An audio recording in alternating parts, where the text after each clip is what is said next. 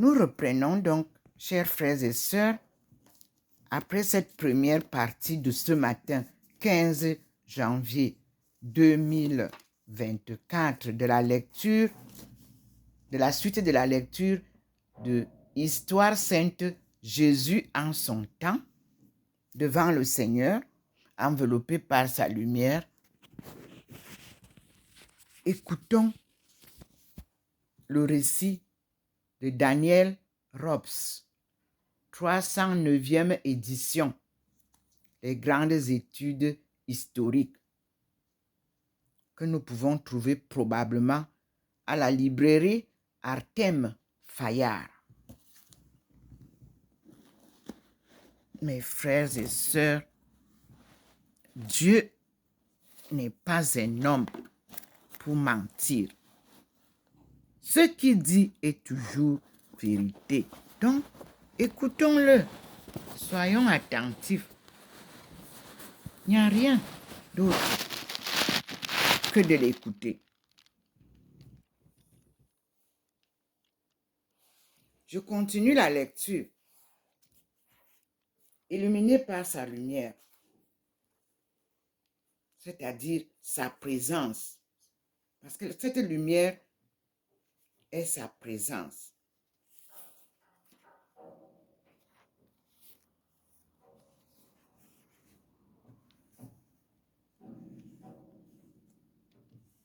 Nous passons au sous-titre Le Nouveau Testament,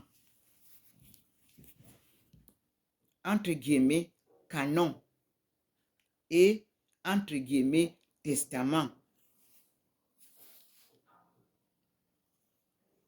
virgule, ces deux mots, par le seul usage que nous en faisons, manifestent une fidélité essentielle. On les emploie aussi bien dans la partie ancienne de la Bible que pour la récente, pour celle qui précède Jésus que pour celle qui témoigne de lui. Affirmation éclatante d'un rapport, d'une succession logique sur laquelle le Christ lui-même insiste avec force.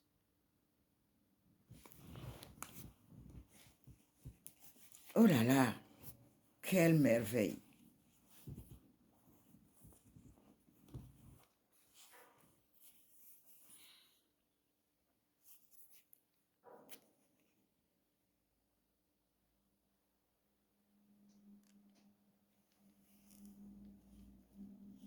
Ce n'est pas seulement le hasard qui rassemble sous la même couverture les deux livres, l'Ancien et le Nouveau Testament. C'est une parenté organique. C'est la certitude que l'un a compris l'autre et lui donne sa portée. Vous voyez que ça rejoint mes publications où je vous disais que le Nouveau Testament puise sa force dans l'Ancien Testament.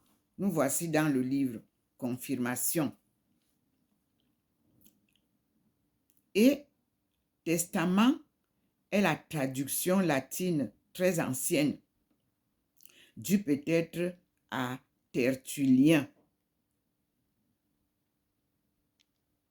du mot grec diatheke, employé par les Septante.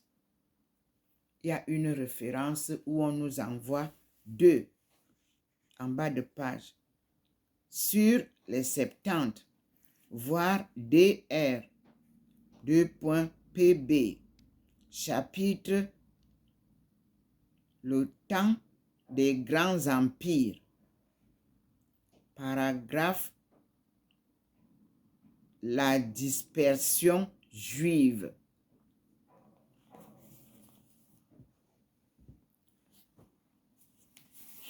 Là, nous sommes à la page 28, la suite de l'introduction du livre Jésus en son temps. Histoire sainte, Jésus en son temps. Nous continuons la lecture. Donc, on nous a dit, et testament est la traduction latine très ancienne due peut-être à Tertullien, du mot grec diatheke,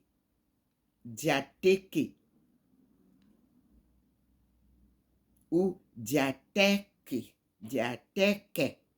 parce que ce sont des accents graves.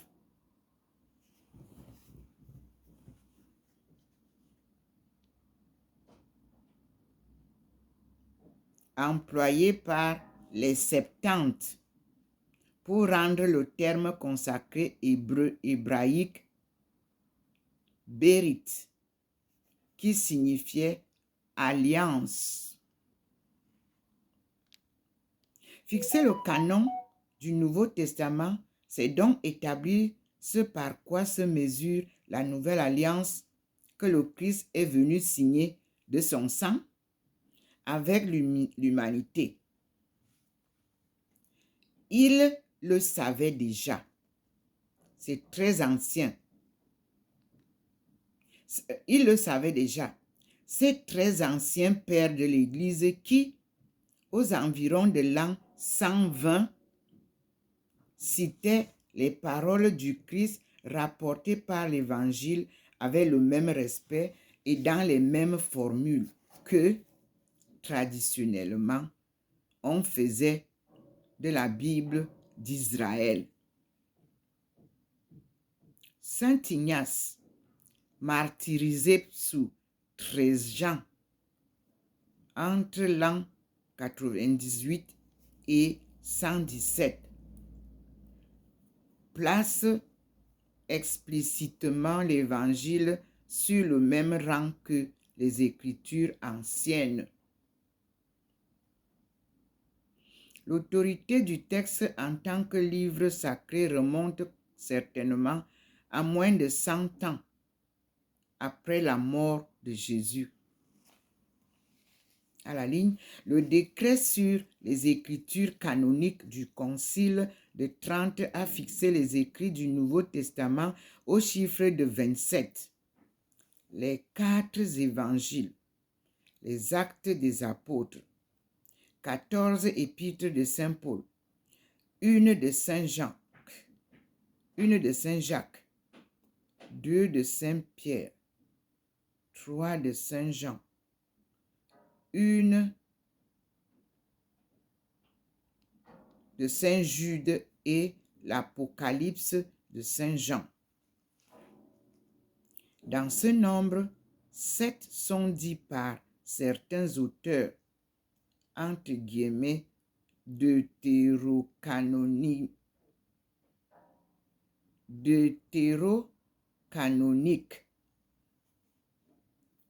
Fermez les guillemets. Parce qu'ils ont été admis plus tardivement au canon.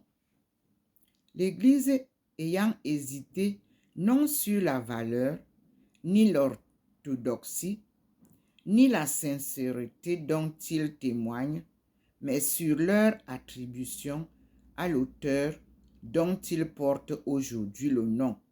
Entre parenthèses, ce sont Hébreux, Jacques, 2 c'est quoi? Dieu, 2. Ne quittez pas, je vérifie avec la Bible.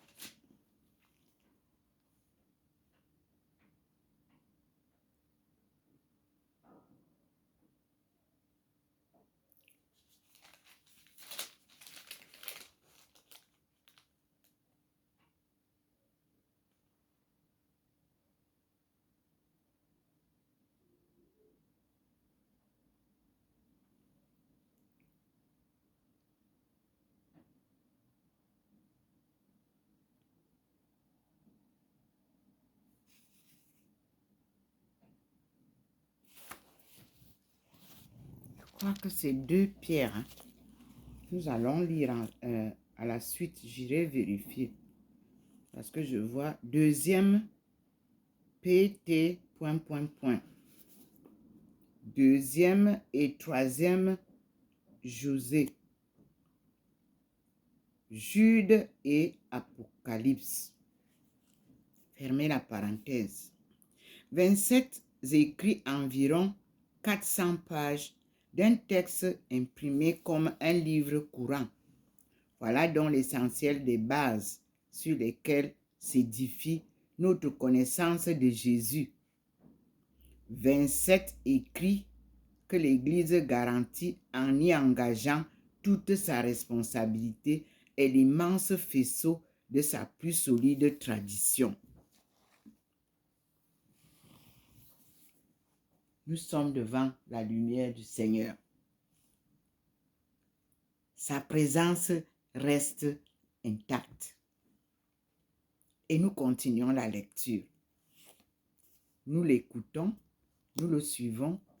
Il nous transfigure, il nous transforme, il nous éduque, il nous enseigne ses paroles afin que nous puissions comprendre sa souveraineté.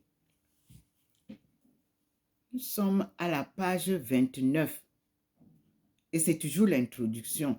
Et là, nous sommes au Nouveau Testament. Dieu nous explique, Jésus lui-même nous enseigne maintenant sa vie,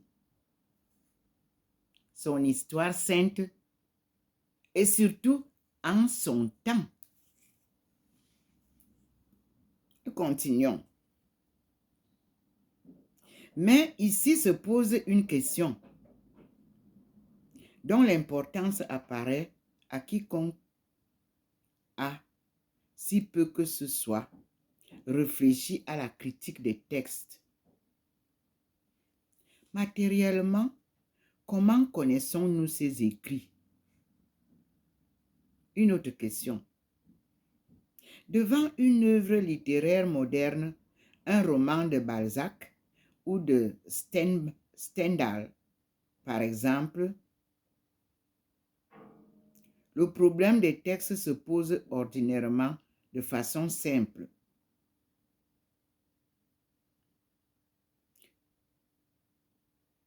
On se reporte à la première édition faite du vivant de l'auteur ou à celle qu'il a indiquée lui-même comme la meilleure. Ou encore, si on le possède, ce qui est assez fréquent au manuscrit.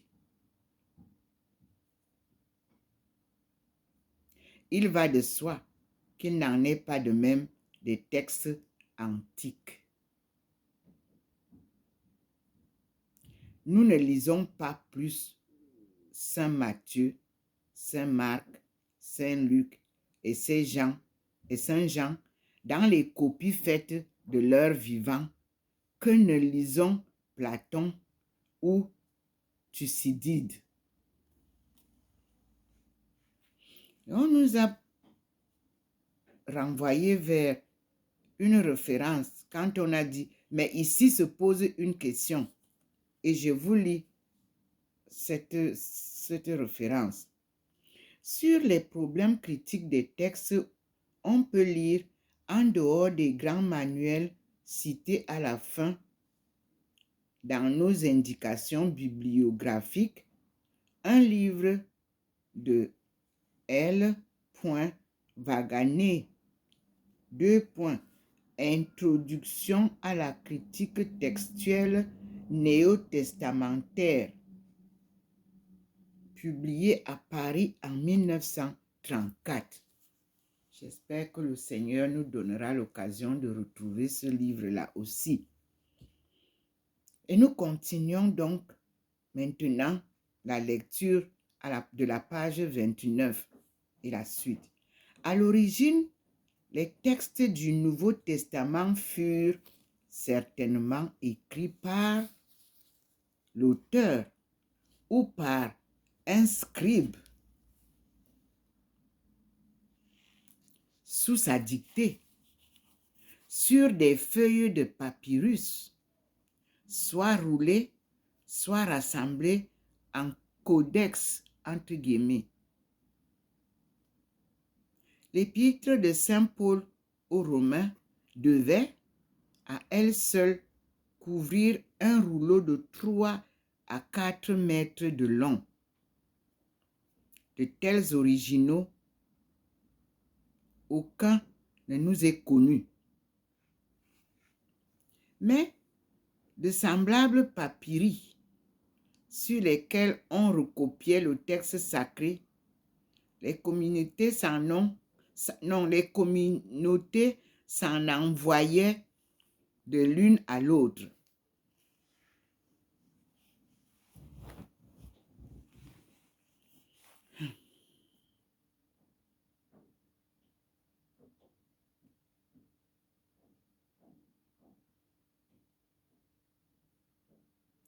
Matériaux bien fragiles pour subsister jusqu'à nous.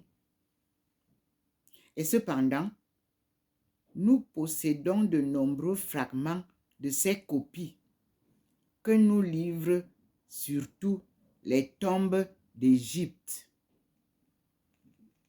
Le chiffre actuel est de 50. On en découvre souvent de nouveaux. La confrontation de ces vénérables débris, dont quelques-uns datent du IIe siècle, avec les manuscrits postérieurs, a permis de faire des rapprochements de première importance. Elle a montré la solidité des textes que nous possédons. Au cours du IIIe siècle, sans doute, l'usage se généralisa de transcrire les écrits sur du parchemin pour leur donner plus de chance à l'indestructibilité. Réunis en cahiers, ces parchemins anciens se présentent à peu près comme nos livres. Grâce à l'emploi de la précieuse, entre guillemets, peau de mouton de Pergame, fermez les guillemets, beaucoup ont merveilleusement résisté au temps. Ce sont eux qui constituent le fond le plus solide de la connaissance néo-testamentaire. Ces codes, entre guillemets, du latin codex, fermez la parenthèse, qu'on admire dans les grandes bibliothèques telles la Vaticane et en particulier les deux plus célèbres d'entre eux, écrits au IVe siècle dans une magnifique onciale, le Vaticanus et le Sinaiticus. Une référence nous est renvoyée en bas de page et je lis. Le Vaticanus semble être un des exemplaires que l'empereur Constantin reçut vers l'an 340 de saint Athanase.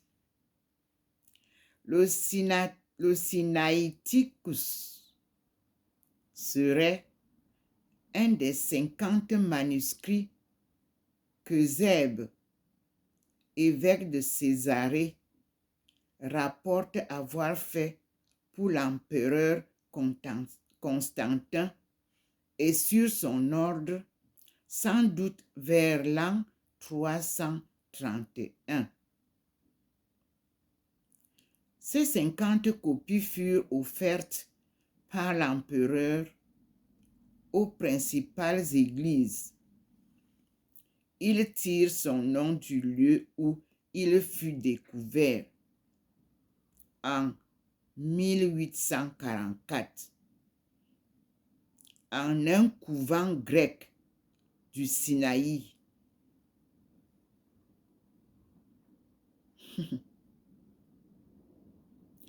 On aura une idée de l'importance de ces codes en notant que le Sinaiticus se compose de 346 feuillets et demi d'un parchemin très fin, peut-être en peau de gazelle.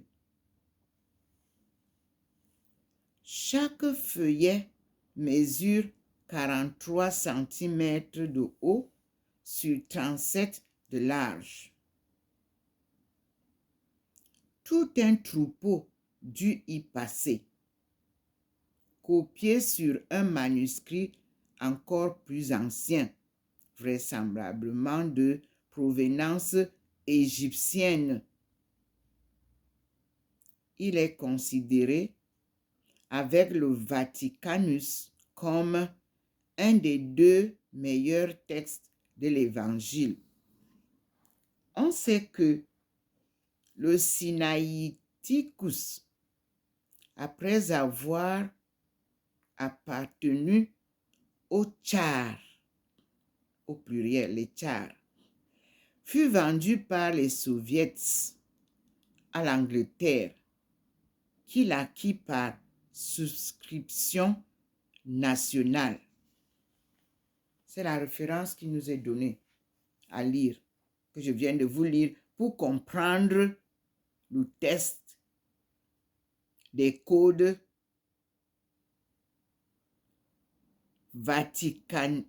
des codes latins Vaticanus et Sinaiticus. Nous continuons la lecture de la page 30. Et c'est à la page 30 que cela est noté en bas du texte. Qu'on note ce chiffre. 2 points. 4e siècle. Vous aussi notez ce chiffre. 4e siècle. Les textes du Nouveau Testament datant en gros de la période de l'an 50 à l'an 100. 3 siècles s'intercalent entre leur rédaction et les premiers manuscrits complets que nous en possédons. Cela peut paraître énorme, mais il faut le souligner, ce n'est rien à côté de l'espace de temps qui, pour tous les classiques de l'Antiquité, existe entre l'autographe inconnu et la plus ancienne copie connue. 2 points. 1400 ans. 1400 ans pour les tragédies de Sophocle ainsi que pour les œuvres d'Eschyle, d'Aristophane et de Thucydide. 1600 pour celles d'Euripide et de Catulle. 1300 pour celle de Platon. 1200 pour celle de Démosthène. Terence et Virgile sont défavorisés parce que le délai n'est pour le premier que de 7 siècles, de 4 pour le second. Le Nouveau Testament, pour ceux qui regardent donc la proximité de la copie par rapport à l'original, est incomparablement dans une situation privilégiée.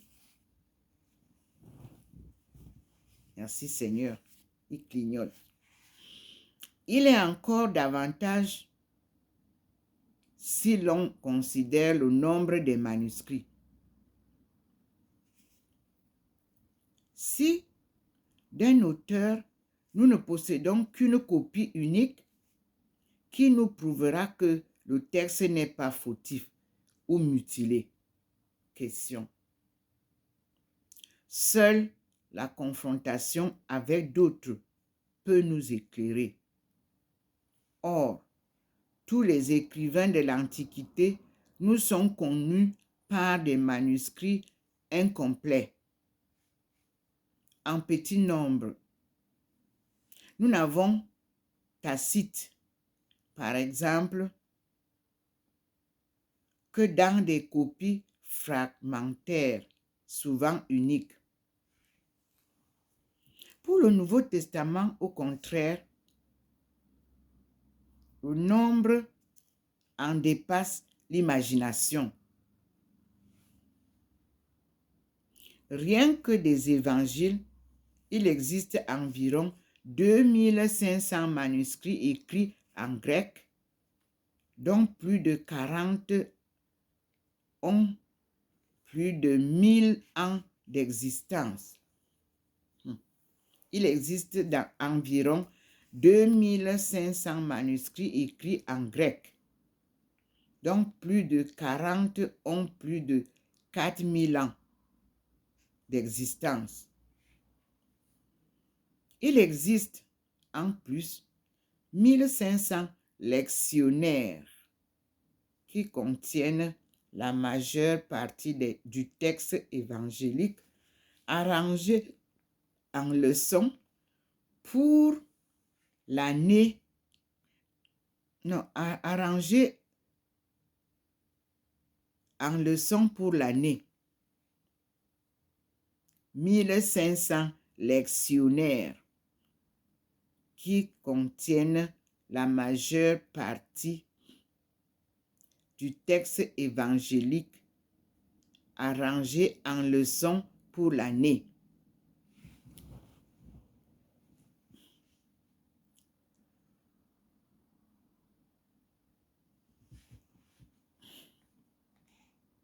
Le texte a été traduit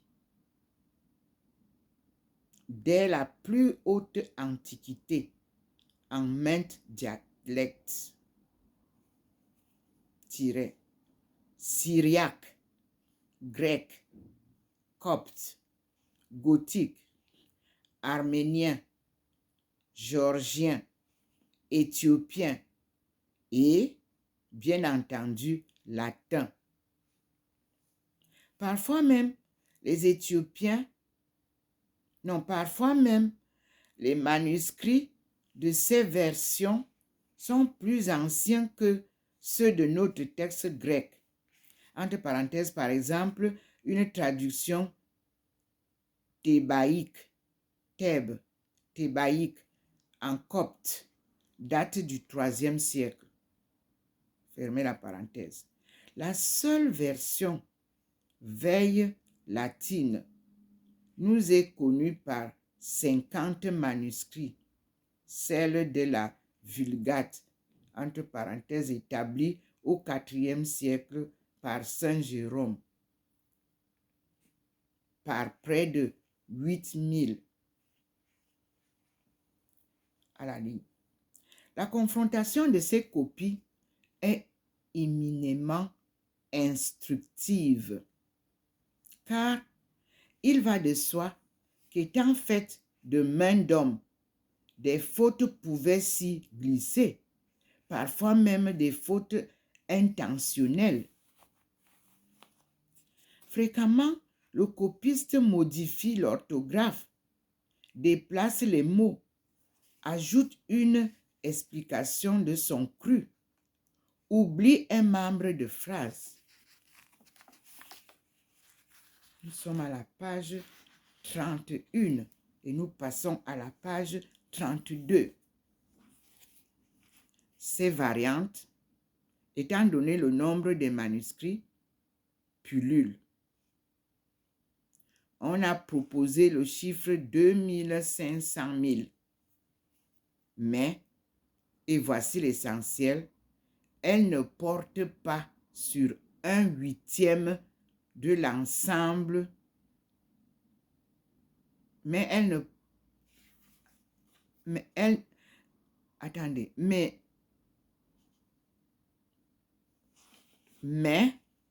et voici l'essentiel, elle ne porte pas sur 1/8 de l'ensemble et les variantes substantielles. Il y a un qui nous renvoie à aller lire une note. Je vais d'abord terminer la phrase. Donc, les variantes substantielles sur 1/1000. La tâche de la critique textuelle sera d'établir un texte définitif en choisissant les variantes les plus constantes, les plus anciennes. Mais on peut affirmer sans nulle crainte qu'il n'existe aucun livre de l'Antiquité qui nous ait été transmis dans d'aussi parfaites conditions. Disons donc le renvoi du 1, les variantes substantielles. Et je lis. Une variante substantielle modifie le sens de la phrase, mais souvent de façon insignifiante. Par exemple, on lit dans Saint Luc 6, verset 10, 2 points. Et promenant son regard sur eux tous, il lui dit, 2 points, je cite, étends la main, fermez les guillemets. Une variante ajoute après, ouvrez les guillemets, regard, fermez les guillemets. Les deux mots, 2 points, ouvrez les guillemets, avec colère, fermez les guillemets, empruntés au texte parallèle de Saint Marc, on voit que de telles variantes substantielles sont encore bien peu de choses. Et je continue la lecture de la page 32 de l'introduction de notre livre Histoire sainte, Jésus en son temps. Page 32. Voilà donc ces 27 écrits par lesquels nous allons découvrir Jésus. Leur valeur historique est de premier ordre, mais on ne peut l'oublier, ce qui a guidé les mains qui les ont recopiés. Ce ne fut pas la curiosité scientifique, mais la foi la plus vive, le désir de trouver en eux la réponse à d'éternelles questions. Aussi, dès un âge extrêmement ancien, leur présentation fut-elle entourée d'un luxe extraordinaire et l'on ne peut parler d'eux sans évoquer les obscurs copistes qui, au cours des siècles, ont voué leur vie à la tâche fastidieuse grâce à laquelle nous les possédons.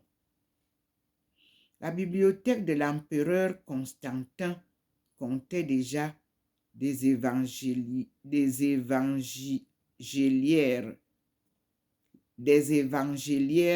à peinture admirable. Dès le VIe siècle, le genre s'en développa, prit une extension immense et il n'est pas de grande bibliothèque où l'on ne voit ces manuscrits enluminés, tout rutilant d'or et d'argent, où les grandes lettrines se tordent et se déroulent avec une puissance mystérieuse que des moines consacraient des années à parfaire.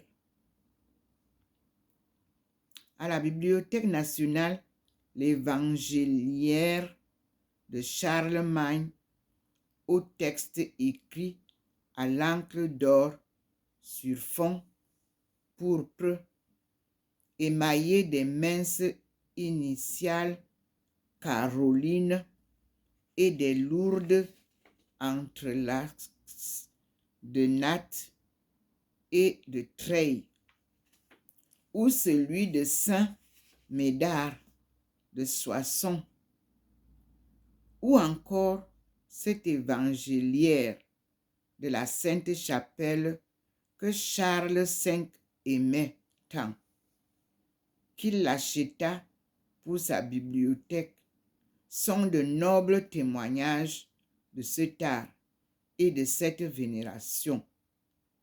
Jusqu'à la veille de l'imprimerie, le copiste maintint les traditions de ce faste. Il sembla à nos pères que, pour correspondre à la beauté du texte sacré, rien n'était trop beau qui fût fait de main d'homme. Nous passons maintenant à un autre sous-texte, le témoignage de Paul. Je continue. Et je vous invite à accepter qu'on sépare ce témoignage de Saint Paul du Nouveau Testament, parce que c'est important. Nous sommes aujourd'hui le 15 janvier 2024 et nous lisons le livre choisi par la lumière divine, l'histoire sainte Jésus en son temps, écrit par Daniel Robs. Et nous lisons la 309e édition.